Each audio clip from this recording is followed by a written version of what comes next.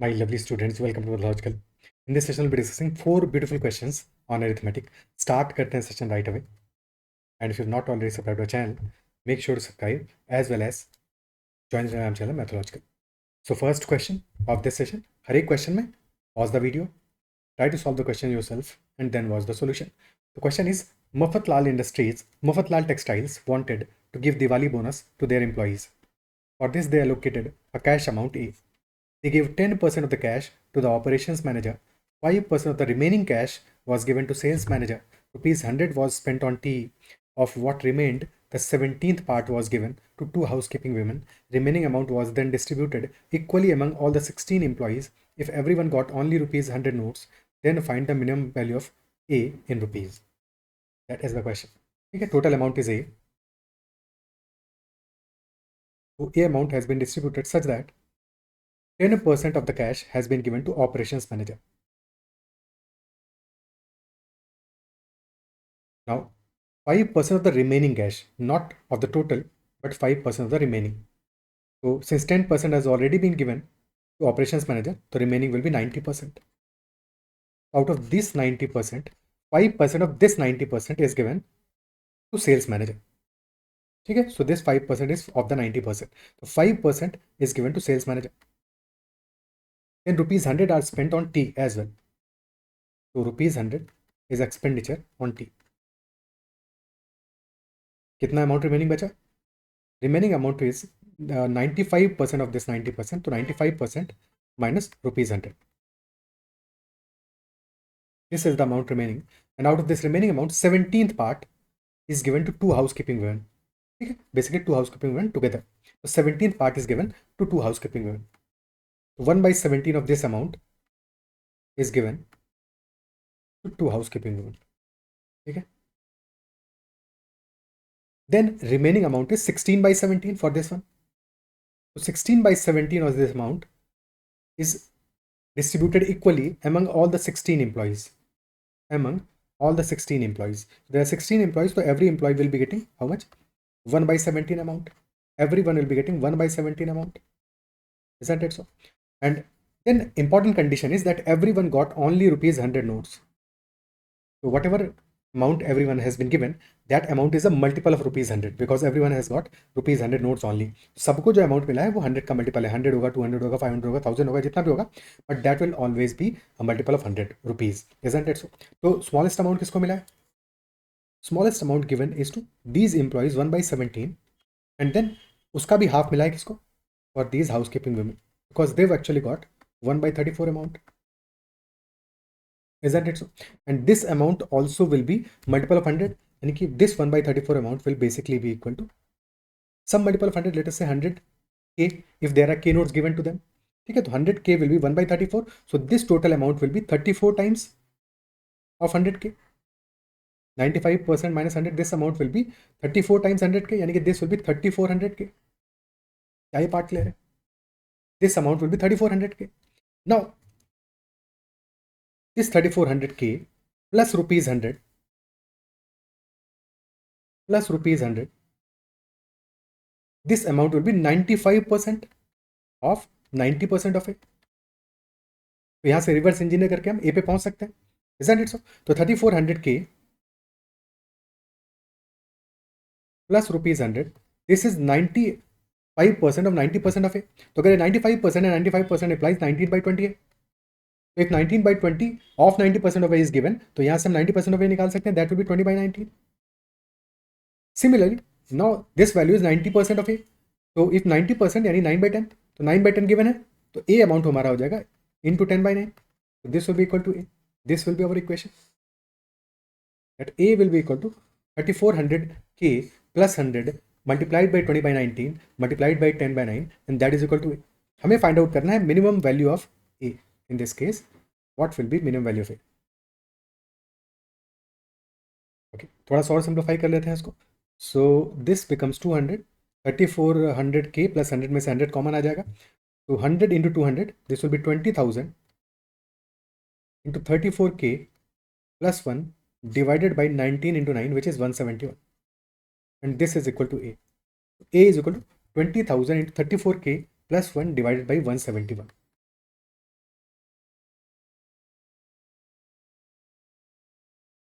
34k plus 1 divided by 171. Now k obviously is an integer. ये तो एक integer है,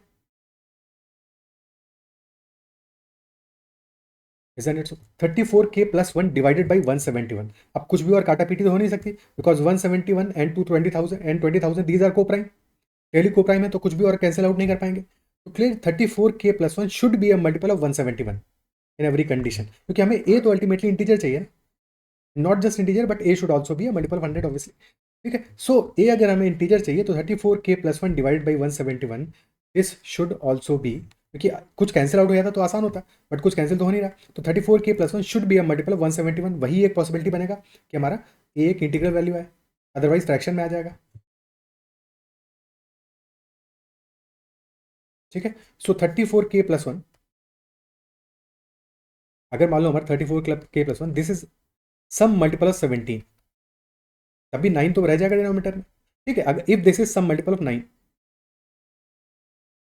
तब भी 17 रह जाएगा डिनोमिनेटर में. तो इन एनी केस फिर हमारा a इंटीजर में नहीं आ पाएगा, तो clearly this should be a multiple of 17 as well as 9, यानी this should be a multiple of 171.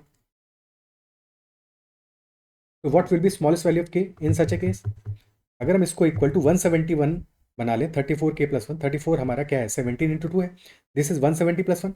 So if we put k is equal to 5, at k is equal to 5, 34k plus 1 becomes equal to 171. So a becomes integer. So at k is equal to 5, this becomes 20,000 into 171 by 171. तो 171 gets cancelled out and hence हमारा a हो जाता है equal to 20,000.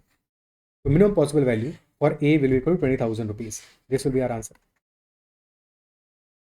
Clear है? ठीक है, आगे बढ़े. अच्छा ये भी देख लेते हैं एक बार. 20,000 हमारा टोटल अमाउंट आया है because every one was getting ₹100 notes. तो और तो कहीं कंडीशन नहीं रह गया हमारा, क्योंकि हमने ये कंडीशंस तो फुलफिल कर ली थी. 1/17, 1/34, all these conditions are fulfilled because यहीं पे तो हमने वैल्यू अज्यूम किया 100 की. But 10% of a that will also be a multiple of 100 because 20,000 rupees total amount है, तो this will be 2,000. And 5% of remaining is 18,000. by 19% is 18,000. 18,000 का 5% will be 900. So that is also a multiple of 9. So yes, all conditions are fulfilled. So minimum amount will be 20,000 rupees. Okay.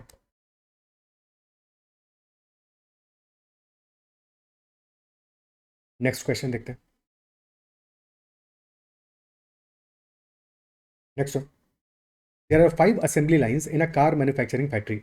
The fastest line can assemble a car in 24 minutes, while the slowest line can take 40 minutes.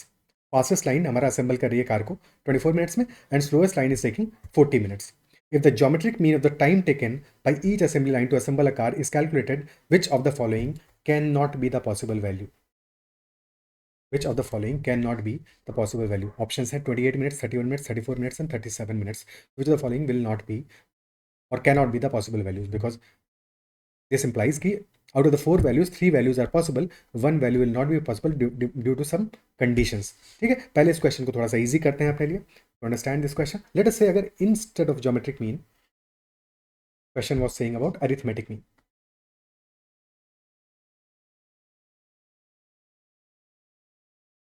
Solve this question considering कि arithmetic mean लिखा हुआ है, geometric mean नहीं है. तब कैसे solve करोगे इसको? क्वेश्चन में गिवन क्या है? हमें गिवन है fastest assembly line is taking 24 minutes and slowest line is taking 40 minutes. So which of the following cannot be the possible value of arithmetic mean of all the given values? All the values for 5 assembly lines. 2 का value तो हमें पता है, बाकी 3 की values हमें assume करनी पड़ेंगी. बट एज्यूम कैसे करना है? हमें एज्यूम करके अपनी रेंज फाइंड आउट करना है कि what can be lowest possible value and what can be maximum possible value. So clearly arithmetic mean will B lying between these two. तो लोवेस्ट वैल्यू कब होगा? लोवेस्ट वैल्यू तब होगा जबकि सारे के सारे जो असेंबली लाइंस हैं they are making cars in as less possible time as possible. तो slowest time is 40 minutes, fastest time is 24 minutes. So arithmetic mean minimum will be when the remaining assembly lines are also making cars in fastest possible time. तभी तो minimum value आएगा arithmetic mean का, average तभी तो minimum होगा. तो अगर बची हुई जो 3 है सारी की सारी, यानी कि 24 मिनट्स तो फिक्स है, 40 मिनट्स फिक्स है, 2 तो हमारा असेंबली लाइन्स का टाइम फिक्स है, और रिमेनिंग 3 हम टाइम 24 मिनट्स ही करते हैं बाकी तीनों के लिए मिनिमम पॉसिबल. तो this will give us minimum value of arithmetic mean, तो क्या वैल्यू आ जाएगा? 24 into 4, 96 plus 40, that is 140, 96 plus 40, 136 by 5, that will B 27.2 minutes. या देख लेते सारी की सारी वैल्यूज हमारी 24 होती है, एवरेज 24 आता, तो one value is 16 more than 24, average will be 24 plus 16 by 5, यानी कि 27.2। सिमिलरली मैक्सिमम वैल्यू कब आएगा? तो maximum value of arithmetic mean will be when all the remaining assembly lines are taking time as maximum as possible. So all the remaining assembly lines will be taking time equal to 40 minutes. And in that case, हमारा Amax क्या होगा? Only one value is 24. तो either add all the values, तो 160 plus 24, 184 by 5. Or you can say कि average will be 40 minus 16 by 5. तो 40 minus 3.2. That will be 36.8. 36.8. So our average arithmetic mean will be lying between 27.2 and 36.8. Okay. If there can be two or more assembly lines with same time, then 27.2 as well as 36.8 are also possible. अगर सबका time distinct होगा तो inequality रहेगा, यहाँ पे equality नहीं होगा। But हमारा जो असेंबली लाइन एवरेज टाइम है, एवरेज अरिथमेटिक मीन है, that will always be between 27.2 and 36.8। तो क्या ऑप्शन पॉसिबल नहीं है? क्लियरली यहाँ पे 37 इज नॉट पॉसिबल, तो दिस इज नॉट पॉसिबल। तो आंसर्स हमारे बाकी तीन नहीं होंगे बिकॉज दीज आर पॉसिबल। अब बात करते हैं, क्वेश्चन तो ज्योमेट्रिक मीन की बात कर रहे हैं, हमने तो अरिथमेटिक मीन के लिए निकाला है, तो कैसे फाइंड आउट करेंगे? अब अगर ज्योमेट्रिक मीन की बात करेंगे, लॉजिक तब भी यही रहेगा कि ज्योमेट्रिक मीन का वैल्यू क्या होगा? Geometric mean for 5 values will be 5 values are A B C D E. Geometric mean is product of all these to the power 1 upon number of numbers. कितने हैं? 5 नंबर्स हैं, तो 1 by 5, this will be our geometric mean. So the same funda will apply for geometric mean as well. The geometric mean will be maximum when all the values are as maximum as possible. तो दो values तो fixed है हमारी, 24 and 40, तो remaining value should be as max as possible, तो 40 into 40 into 40 to the power 1 by 5। और minimum कब होगा? जबकि बची हुई सारी की सारी वैल्यूज हमारी मिनिमम हो, यानी कि 24 into 40 two values are fixed, remaining 3 should be 24 24 24, but these values can not be calculated, मुश्किल है इनको कैलकुलेट करना। तो एग्जामिनर हमसे इनको कैलकुलेट करवाना तो नहीं चाह रहा होगा, तो और क्या लॉजिक लग सकता है यहाँ पे? अगर हमें 5 नंबर्स गिवन है, 5 numbers for example in this case है 24 40 40 40 40, तो for them arithmetic mean is maximum. ठीक है, for these given numbers geometric mean maximum होगा, ये भी हमें पता है, बट कितना होगा वो नहीं पता है। But we also know that arithmetic mean for all the given numbers is always greater than equal to geometric mean. अगर हम कुछ नंबर्स को लेते हैं तो उनका arithmetic mean will always be greater than equal to geometric mean, and arithmetic mean is clearly in this case क्या आया था हमारा मैक्सिमम वैल्यू? 36.8। तो ज्योमेट्रिक मीन का मैक्सिमम वैल्यू जो आ रहा है, this will be less than 36.8, because ये सारे के सारे नंबर्स इक्वल नहीं है। अगर इक्वल होते तो हमारा ज्योमेट्रिक मीन भी 36.8 आता, but since these are not equal, एक नंबर तो हमारा 24 है, so that is why this will be less than 36.8, and minimum value जो हमारा है that will be less than, क्या वैल्यू आया था हमारा? 27.2 आया था ना, तो this will be less than 27.2, this will be less than 27.2। तो in any case our geometric mean will be less than 36.8, क्योंकि मैक्सिमम वैल्यू भी हमारा 36.8 से कम आएगा, तो यहाँ भी आंसर हमारा ऑप्शन डी ही रहने वाला है, that this is not possible, rest of the values are possible, because जब मिनिमम वैल्यू आएगा तो minimum value of geometric mean will be less than 27.2, तो 28 31 and 34 all these values are possible, only 37 minutes is not the possible. अच्छा, ये minutes में तो वैसे नहीं रहने देना चाहिए था, मिनट्स तो हटा दो, ज्योमेट्रिक मीन में मिनट थोड़ी आएगा, अरिथमेटिक मीन में आता। ज्योमेट्रिक मीन में 28 31 34 एंड 37, इनमें से only first 3 options are possible, 34 37 is not possible. Clear है? ठीक है, option D will be answer in this case. Next question देखते हैं।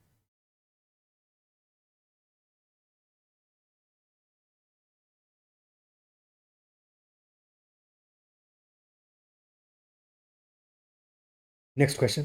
Rahul lends money at R% per annum simple interest for 1 year. However, he takes interest as an advance payment. Thus, the claimed interest rate by him and actual interest rate are in the ratio 4:5. Piyush deposits a certain sum in two banks A and B equally. अब यहाँ पे हो क्या रहा है, राहुल ने एक amount lend किया है at R% per annum simple interest एक साल के लिए for 1 year. However he takes interest as an advance payment. वो करता क्या है, अमाउंट दे रहा है पर इंटरेस्ट जो कि अमाउंट देने के बाद में एक साल बाद लेना चाहिए, he is taking interest as an advance payment instead of taking it with the principal amount at the end of the year. He is taking interest to start with as an advance payment. तो effectively he is giving lesser amount as such, isn't it so? Because for example, if let us say he is giving rupees 100 and let us say he is giving 10% rate of interest, 10% per annum is simple rate of interest. So after 1 year, at the end of the year, he should be taking rupees 100 and then interest will be rupees 10. This will be interest, but he is taking interest as an advance payment. So he is giving rupees 100, but he is at the same time asking for rupees 10, which is same as giving only 90 rupees, because he is given 100 rupees, 100 rupees दिए, 10 rupees तुमसे ले लिए, तो effectively he is giving you 90 rupees only. ठीक है, और अगर interest पहले ही ले लिया है तो बाद में एंड में तुम क्या पे करोगे, 100 रुपीज या प्रिंसिपल पे करोगे, because you already paid him 10 rupees to start with. So effectively he is giving you 90 rupees only and you have to pay 100 rupees at the end of the year. So 10 rupees is effective interest on 90 rupees. 10 rupees is effective interest on 90 rupees or the amount that he has actually given. Actual में तो 90 rupees ही दिया है, क्योंकि 100 दे के 10 वापस से ले लिया तो बचा क्या, 90 रुपीज़ ही दिया ना. ठीक है, तो ये हमारा सिनेरियो इस क्वेश्चन में काम कर रहा है. बट हमें यहाँ पे in any case percentage given नहीं है. We been given unknown value R%, but given क्या है, the claimed interest rate by him and actual interest rates are in the ratio 4:5. Claimed interest rate and actual interest rate are in the ratio 4:5. So with this ratio, we have to find out value of R. Then once we identified कि what will be value of R, उसके बाद में आगे की कहानी शुरू होती है कि Piyush deposits the certain sum in two banks A and B equally. तो दो बैंक्स A and B में he has deposit sum equal amount. Bank A gives him simple interest at R% per annum, while bank B gives compound interest at R% per annum compounded annually. If the ratio of interest earned in 3 years from banks A and B is A:B respectively, where A and B are positive integers, तो find the smallest possible value of A. Basically इस question के दो part हैं. First part है हमारा राहुल के बारे में and second part is about Piyush. तो पहले फर्स्ट पार्ट को हैंडल करके R% का वैल्यू आइडेंटिफाई करते हैं. Then once we are done with first part, then will be using R% value to solve the second part. Okay, तो अगर अब समझ गए हो तो एक बार कोशिश करो अपने एंड पे, try to find out value of R with this logic.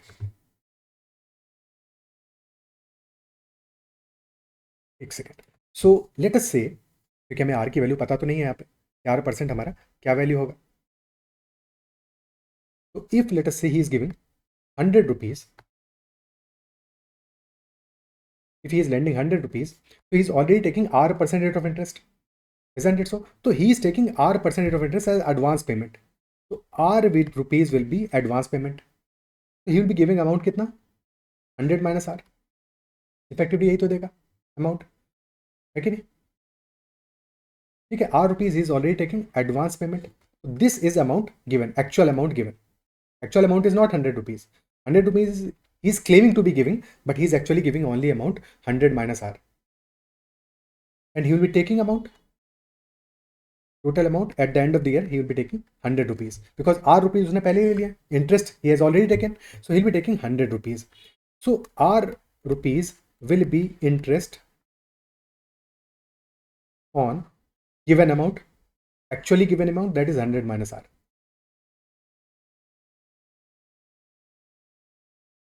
ठीक है, so now we can say that R upon 100 minus R multiplied by 100, this should be equal to, क्योंकि रेशियो हमारा क्या है 4:5 गिवन है, कि claimed interest rate that is R% and actual interest rate if that is AR, so the ratio is 4:5. यानी कि this actual interest rate will be 5/4 times R. This will be equal to 5/4 times R. Okay. So now R से R cancel out हो जाएगा. This will become 5 into 100 minus R. That is equal to 400. So 5R is equal to 100 and hence R will be equal to 20%. This R will be equal to 20%। क्या ये clear है?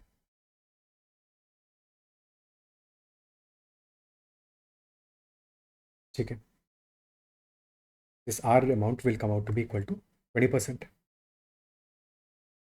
अब आगे बढ़ते हैं क्योंकि हमें आर की वैल्यू तो मिल गई। अब आगे क्वेश्चन को सॉल्व करते हैं।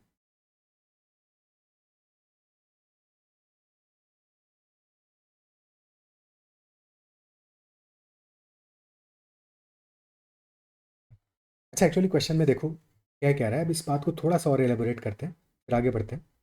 या पहले आगे सॉल्व कर लेते हैं फिर इस पॉइंट पे वापस आएंगे। पहले आगे वाला क्वेश्चन सॉल्व कर लेते हैं। Piyush deposits a certain sum in two banks A and B. 20% हमारा रेट ऑफ इंटरेस्ट है। 20% यानी कि 1/5। अमाउंट कितना भी अमाउंट पे हमारा आंसर डिपेंड नहीं करेगा, बिकॉज अल्टीमेटली आंसर में क्या आ रहा है, हमारा आंसर में हमें चाहिए A:B का रेशियो आ रहा है। जबकि बैंक ए में सिंपल इंटरेस्ट पे R% हैज बीन डिपॉजिटेड और बैंक बी में कंपाउंड इंटरेस्ट पे R% हैज बीन डिपॉजिटेड। हमें फाइंड आउट करना है कि A:B का रेशियो क्या होगा, जहाँ पे A amount is interest from bank A and B amount is interest from bank B. Okay, जबकि बैंक ए हमें क्या दे रहा है, हमें दे रहा है सिंपल इंटरेस्ट, बैंक बी दे रहा है हमें कंपाउंड इंटरेस्ट। तो हम यहाँ पे कोई भी वैल्यू अमाउंट की एज्यूम कर सकते हैं। तो for the sake of simplicity, because every year we are getting interest which is 1/5 of the principal and 3 time period से ही हमें 3 ईयर्स के बाद का इंटरेस्ट कैलकुलेट करना है। तो we can assume total amount और principal amount will be equal to 5 to the power n, जहाँ पे कि हमारा टाइम पीरियड कितना है 3 है, तो 5 cube. We assume principal to be equal to 125 and if principal is equal to 125, तो for year 1 what will be simple interest? Simple interest will be 1/5 of 125, 20% of 125, that will be equal to 25 rupees.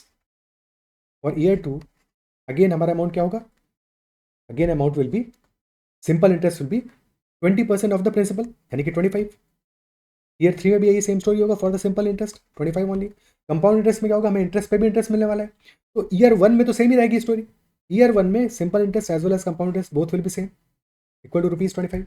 But in year 2 this 25 rupees will also fetch as interest. कितना interest होगा, 25/5 यानी कि 5 rupees. In year 3 these two accrued amounts will give us interest.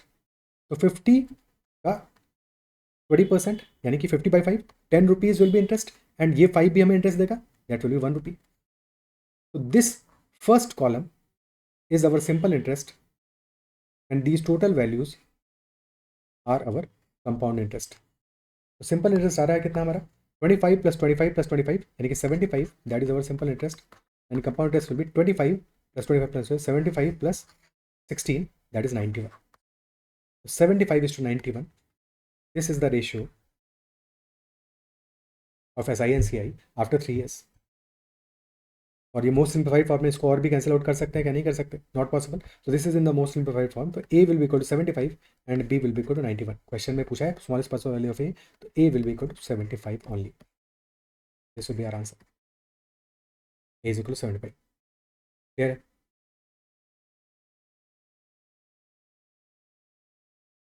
ठीक है, हाँ अब अपने point पे वापस से आते हैं कि एक्चुअल में question was saying first part में that claimed interest rate by him and actual interest rate are in the ratio 4:5। So he is claiming that he is taking 4 rupees interest for example, but he is actually taking 5 rupees interest। अब ये फर्क क्यों आ रहा है, because actual में दोनों cases में interest तो सेम ही ले रहा है। Interest amount that he is taking वो तो सेम है, बट फर्क क्या पड़ रहा है, that he is not giving the same amount initially that he is claim to be giving. For example अगर वो 100 रुपीज उसको देने थे, तो he is initially taking interest only, interest वो पहले ही ले रहा है अपना। तो actual amount given is 100 - R and not 100, isn't it? So total जो इंटरेस्ट ले रहा है दोनों केसेस में वो तो सेम है, बट इंटरेस्ट परसेंट सेम नहीं है, because the amount given initially is different. In both these cases interest taken is same as such. ठीक है, actual amount given is different.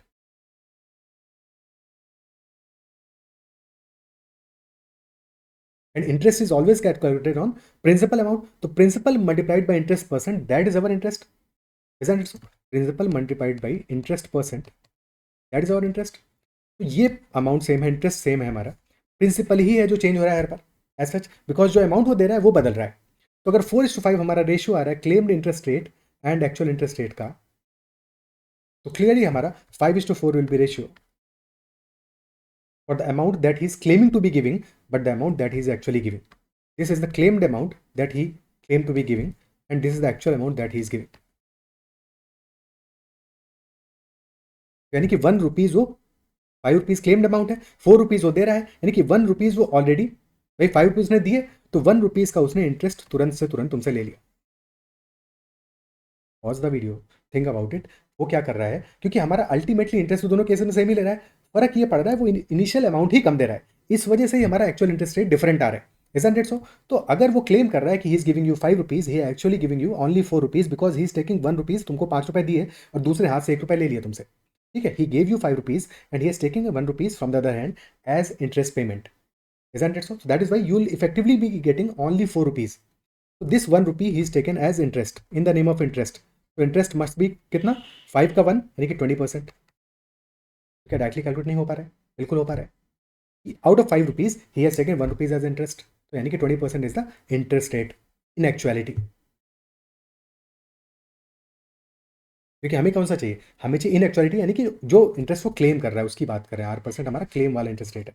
ठीक है, तो वो पूछा है यहाँ पे, जो एक्चुअल इंटरेस्ट रेट तो 25% आ रहा है जो ले रहा है तुमसे फाइनली, बट हमारे लिए क्वेश्चन में क्या पूछा है, 8% जो वो क्लेम कर रहा है, जिसकी वो बात कर रहा है. So that interest rate is 20%, 25% will be actual interest rate if that was asked in the question, but that is not being asked question. उसके बाद में आगे दूसरी स्टोरी चल रही है, दूसरी स्टोरी में हमें आर की जरूरत है, आर हमारा 20% है. ठीक है, क्या ये बात क्लियर है? आगे बढ़ते हैं. Next question. A and B travel with uniform speed from P and Q towards Q and P respectively via the same route. Route same है. A and B are going from P to Q and Q to P. A starts at 6 a.m. while B starts 4 hours later. They meet each other at 2:10 p.m., have lunch and leave at 2:30 p.m. for their respective destinations. If they both reach at the same time, at what time do they reach their destinations? In this case, two persons A and B are there. They are going from P to Q and Q to P. A starts at 6 a.m. B starts 4 hours later, which is at 10 a.m. A ने start किया, चला चला चला. Then B started 4 hours later and started traveling. At 2:10 p.m. they both meet.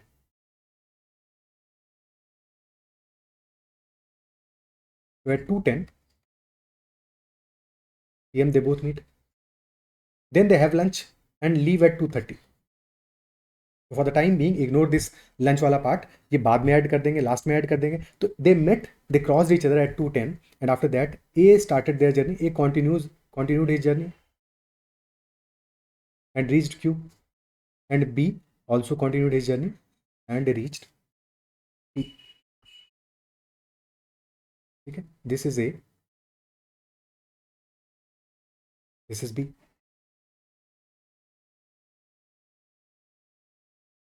अच्छा, जो सबसे conventional question solve करते हैं उसमें हम क्या करते हैं, उस क्वेश्चन का सिनेरियो क्या होता है, मीटिंग पॉइंट वाला, कि let's say A and B both are running towards each other.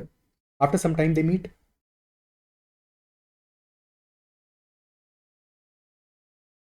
ठीक है, they both start at the same time.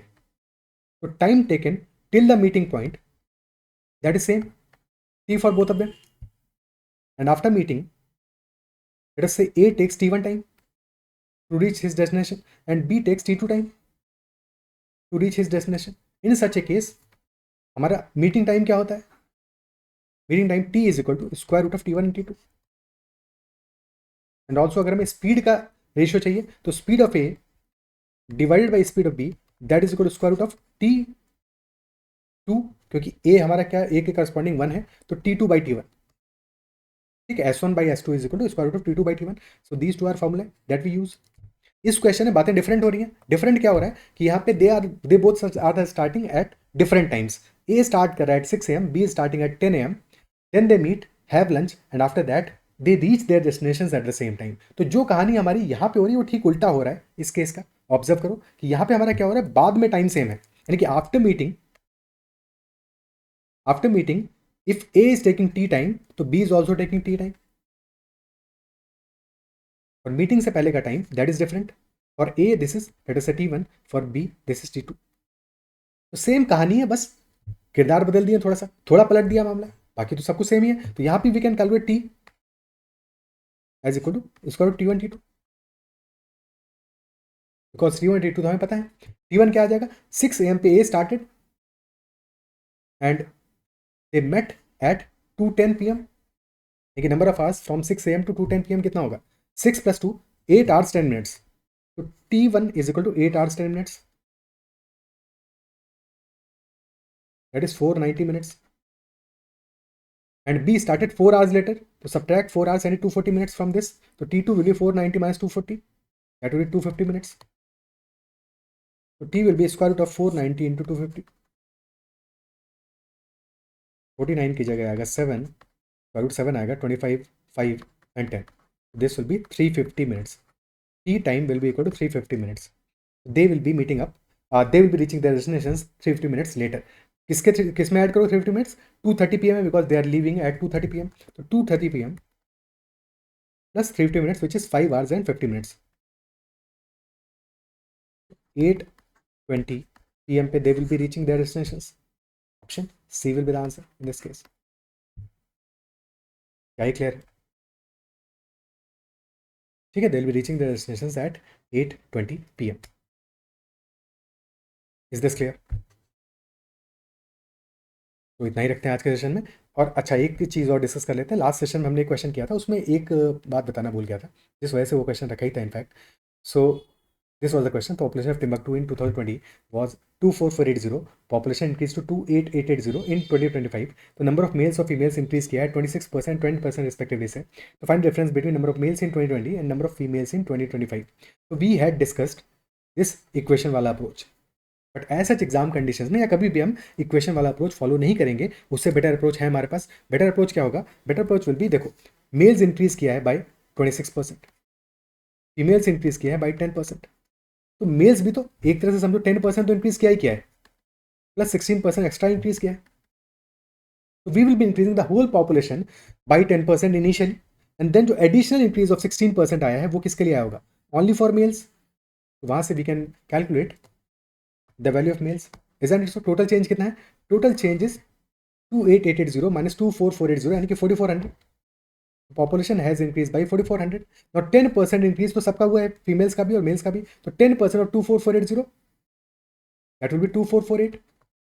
2448 10% increase हो गया, जो कि सभी का हुआ है, plus 16% of male population, this will be equal to 4400। This will be our equation. Directly हम ये लिखेंगे 2448 plus 16% of male population, that is equal to 4400। Now subtract 2448 from 4400, तो 16% of m, that will be equal to 2000 minus 48 यानी 1952। तो 16 से cancel out कर दो, 122, तो 1% ऑफ मेल्स इज 122, तो males will be 12,200 and hence females will be 24480 minus 12,200 यानी कि 12,280। This will be our value of females in 2020। और फिर अकॉर्डिंगली हम सॉल्व करके 2025 का वैल्यू भी निकाल पाएंगे। क्या ये क्लियर है? नहीं, 10% स्कोर बढ़ा देंगे।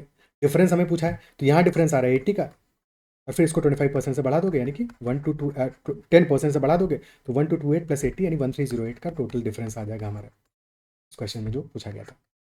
डायरेक्टली हम सॉल्व कर सकते हैं, यहाँ पे इक्वेशन लाने का ऐसा ज़रूरत नहीं है।